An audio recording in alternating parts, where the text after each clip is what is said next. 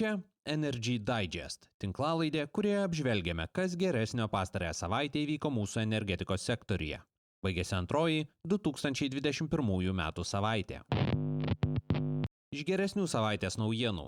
Ignalinos atominė elektrinė demontuojama pagal planą ir paskirta energetikos viceministrė atsinaujinančiai energetikai.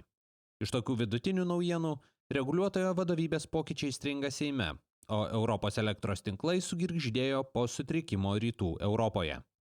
Be visų šių dalykų, Ignitis grupė užsitraukė parlamentarų rūstį, siūloma steigti komisiją sinchronizacijai koordinuoti, o Saudo Arabija ėmėsi vadovauti naftos kainai. Štai papunkčiui. Niekas negalės virkti mūsų politinės valios. Jungti su europiniais elektros tinklais. Yra turėti kiek įmanoma žemesnę kainą. Их энергетическое кольцо. Это создает для нас проблемы. Ignitis grupė dėl vadovų skatinimo akcijomis šią savaitę aiškinosi Seimo ekonomikos bei biudžeto ir finansų komitetams. Parlamentarai, radę šiek tiek laiko nuo teatrališkų pasipiktinimų išraiškų, išsakė nepasitenkinimą be kitų dalykų, kad įmonė neatskleidė visų konkrečių tikslų, kuriuos vadovybė turės pasiekti. Be to, rūpinamasi, kad keliami tikslai nevirstų paskatą didinti pelną iš reguliuojamos veiklos. Parlamentarai konstatavo, kad įmonės vadovai nelabai suvokė situacijos rimtumo ir nutarė pasitarti. Apie galimybę įmonių grupės darbuotojams, įskaitant valdybos narius, dalyvauti bendrovės akcijų opcionų programoje, atskirai skelbta dar rudenį. Taisyklės, kuriuose tokia galimybė numatyta, rugsėjį patvirtino tuometinis finansų ministras Vilius Šapoka. Jos įsigaliojo po pirminio viešo įmonių grupės akcijų platinimo IPO. Įmonių grupės stebėtojų taryba gruodžio 4 dieną patvirtino pagrindinių vadovų ilgalaikio skatinimo akcijų opcionais programos ilgalaikius strateginius tikslus ir rodiklius iki 2023 metų. Už jų pasiekimą vadovams gali būti suteiktos iš viso 9497 akcijos. Dabartinė biržos kaina jų vertė siekia apie 207 tūkstančius eurų. Akcijų opcionų sutartis gruodžio 23 dieną su įmonė pasirašė 9 bendrovės ir jos antrinių įmonių vadovai. Tuo tarpu kitų darbuotojų skatinimo akcijomis planas dar tik rengiamas. Kol kas pranešta tik tiek, kad 40% vadovų premijos priklausys nuo įmonių grupės akcijų vertės. Ji turės siekti tarp 70 ir 100% Eurostoxx Utilities indekso. 30% premijos priklausys nuo neskelbiamo koreguoto pelno prieš palūkanas, mokesčius, nusidėvėjimą ir amortizaciją, EBITDA tikslo. Dar 20% premijos bus išmokėta, jei bus pasiektas 1,6 gigavatų instaliuotosios galios atsinaujinančių energijos išteklių tikslas. Paskutiniai 10% premijos priklausys nuo to, ar bus pasiekti dar neparengto CO2 mažinimo plano tikslai. Konkretus tikslai anot bendrovės bus skelbiami su metiniais audituotais įmonių grupės rezultatais, kurie pasirodys pavasarį. Energetikos ministerija vyriausybei siūlo suburti specialią komisiją, skirtą koordinuoti Baltijos šalių sinchronizacijos su kontinentinės Europos elektros tinklais projektus. Komisijai vadovautų premjerė, o joje dirbtų energetikos, aplinkos, finansų, susisiekimo, užsienio reikalų ir žemės ūkio ministrai ir ministrės. Taip pat prezidento vyriausiasis patarėjas, kai kurių Seimo komisijų ir komitetų, energetikos reguliuotojo atstovai. Be jų ir projektą įgyvendinančių EPSO-G ir Litgrid bei Ignitis grupės vadovai. Į komisiją siūlomi ir branduolinės energetikos reguliuotojo VTC atstovai, nes, regis, su sinchronizacija tvirtai siejamas ir Astravo atominės elektrinės klausimas.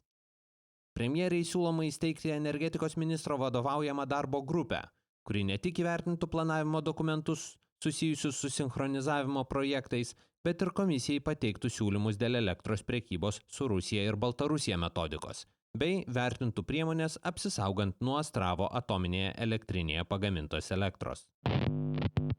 Prezidento teiktas energetikos reguliuotojo VERT vadovės atleidimas ir naujo vadovo kandidatūra šią savaitę paniro į nedidelę pelkutę Seime.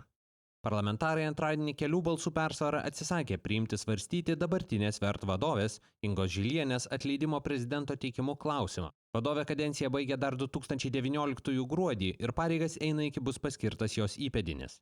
Nepriėmus svarstyti šio klausimo, nesvarstyta ir prezidento teikta Renato Pociaus, dabartinio vadovės pavaduotojo kandidatūra į reguliuotojo vadovus. Ketvirtadienį tiesa, tas pats sprendimas buvo priimtas jau 107 parlamentarams balsuojant už. Renato Pociaus kandidatūros svarstymas Seime buvo pradėtas, o balsavimas nukeltas į kitą savaitę. Ketvirtadienį Seimas pritarė dar vienam prezidento pasiūlymui – VERT nariu skirti jos buvusi darbuotoją Matą Taparauską, šiuo metu dirbantį tarptautinėje konsultacijų bendrovėje Ernst & Young. Paskelbta dar viena energetikos ministro Dainiaus Kreivio komandos narė. Energetikos viceministre tapo Daiva Garbaliauskaitė, Vilniaus šilumos tinklų teisės skyriaus vadovė, anksčiau tas pačias pareigas ėjusi Lietuvos elektros perdavimo sistemos operatoriuje Litgrid. Ji taip pat buvo kelių bendrovių valdybų narė ir ENSO-E teisės ir reguliavimo grupės narė. Viceministrė bus atsakinga už atsinaujinančios energetikos vystymą, ji pareigas pradėjo eiti nuo sausio 5 dienos. Ignalinos atominėje elektrinėje 2020 metais demontavimo darbai vyko pagal grafiką, praneša bendrovė. Iki metų pabaigos buvo išmontuoti 97% antrojo bloko turbinų salės įrangos. Iš viso jėgainės aikštelėje išmontuota daugiau nei 4000 tonų įrangos ir 3500 tonų betono. 7411 tonų radioaktyvių atliekų apdorota ir išvežta, jos galės būti realizuotos aukcionuose kaip neradioaktyvios. Pernelyg užterštos atliekos saugomos teritorijoje iki pervežant į atliekynus. Nuo 2010 iš viso išmontuota 63 957 tonos įrangos ir betono, o iki 2038 liko išmontuoti dar 108 900 tonas. Naftos išgavėjų kartelis ir Rusija, vadinamasis OPEC+, sutarė vasarį ir kovą mažinti naftos gavybą. Tiksliau, gavybą mažins Saudo Arabija 1 milijonu barelių per dieną. Tokį sprendimą anot šalies naftos ministro priėmė pats princas Mohamedas bin Salmanas. Kitos kartelio narės išgaus tiek pat naftos kaip ir gruodį, o Rusijai ir Kazachstanui drauge leista vasarį ir kovą išgauti 75 000 barelių per dieną daugiau. Anot kitų kartelio narių, tokį augimą rinkos vargiai pastebės. Brent rūšies nafta pabrango nuo 52,2 iki 55,3 dolerių už barelį, pirmą kartą nuo koronaviruso pandemijos pradžios. Ir galiausiai, penktadienį sutrikimas Rytų Europoje valandai, nuo maždaug 15 iki 16 valandos mūsų laiku, kontinentinės Europos sinchroninę zoną padalino į dvi. Buvo užfiksuotas momentinis 4 herco tinklo dažnio nuokrypis. Tai yra, tinklo dažnis sumažėjo nuo 50 iki 49,75 Hz. Tai nuo bendros zonos atjungė pietrytinę tinklo dalį. Elektros sistemos liko stabilios daugumoje Europos šalių. Siekiant suvaldyti situaciją, Prancūzijoje elektros poreikis buvo mažinamas 1300 MW. Dar 1000 MW apkrovos tinklų operatoriai nusimetė Italijoje. Incidento priežastys tyriamos. Prieš pabaigą noriu pasitaisyti. Geležinkelio Vilnius-Klaipėda elektrifikavimo konkursas nebuvo išskaidytas į dalis, kaip sugebėjau pasakyti praėjusią savaitę. Atsiprašau. O šiam kartui tiek. Jei tinklalaidė jums pasirodė įdomi, prenumeruokite. Energy Digest rasite bet kurioje podcastų programėlėje.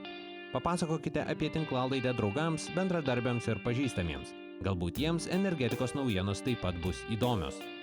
Šis podcastas kuriamas to paties pavadinimo naujienlaiškio pagrindu. Jei mėgstate naujienas ir skaityti, o ne tik jų klausytis, laidos aprašyme rasite nuorodą, kuria sekdami galėsite užsiprenumeruoti naujienlaiškį. Kaip bene viskas šiame gyvenime, Energy Digest ilgainiui atsiduria socialiniuose tinkluose. Aprašyme rasite visas navigacijai reikalingas nuorodas. Taip pat ir į Patreon platformą, kurioje galite tapti tinklalaidės rėmėjais. Ačiū, kad klausėtės. Su jumis buvau aš, Naglis Navakas. Iki kitų kartų.